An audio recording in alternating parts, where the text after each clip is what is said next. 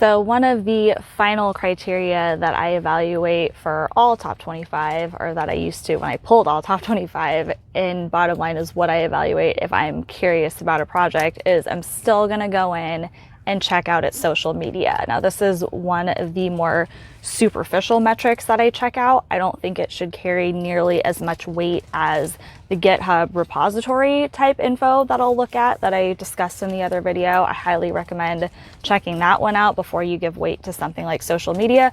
But at the end of the day, look at our culture, look at the society that we live in. Social media is huge. So if there is a huge community on Twitter and on Reddit, and nowadays I feel like if they have a pop-in Discord server and they're really engaging with a lot of their community, that is going to carry some weight when it comes to value, because that is how marketing is predominantly conducted now. It's done in a lot more of a decentralized way through social media, which totally fits a lot of these projects' more decentralized models. So that's something I would still consider looking at. Again, it's really straightforward. I don't feel like providing much more insight than that because of how straightforward it is. But either way, I would still check it out and maybe even participate in those communities. Like if you're a Twitter person, follow them on Twitter, comment, see how they are with their community members. If you're more of a Discord person, do that. Same thing if you're a Reddit person, whatever. But just try to participate, get a feel, get a pulse for what that social media community is like, because I think that can definitely help play into a project's ability to gain and maintain value over time. So once upon a time, when the crypto markets were still relatively new, I felt like Alice in Wonderland. I was traditionally had a finance background, but this was all very new and exciting. And it was a market that didn't have understood valuation metrics. Like in traditional finance, you have all kinds of ratios to help you evaluate whether or not a certain stock is worth its value. But in cryptocurrency, especially in the early days, that didn't exist.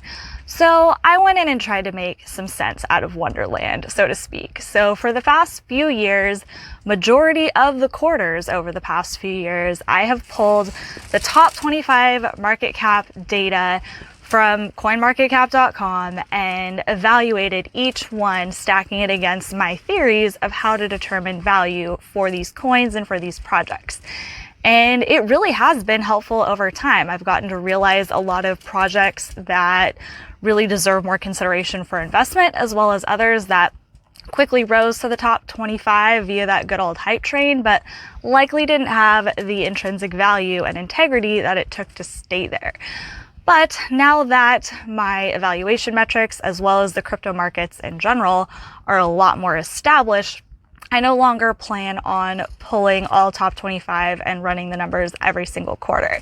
Instead, I'm going to continue to use these metrics that have worked well for me over time, but I'm going to do it on more of an as-wanted basis when deciding between potentially good and bad investments that I've been curious about.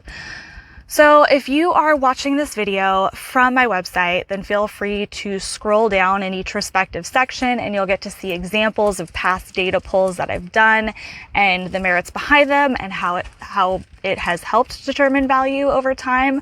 If you're not watching this video from my website, then there will be a goodie bag full of links in the description section so you can be directed to these respective places to check out past data pulls.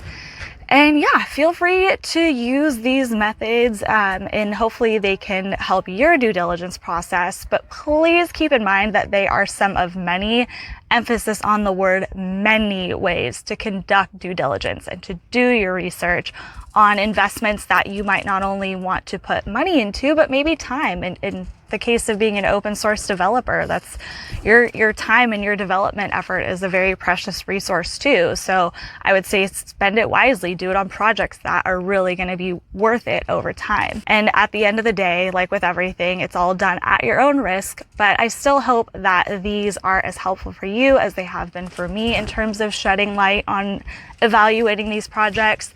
And I wish you the best of luck on your crypto endeavors.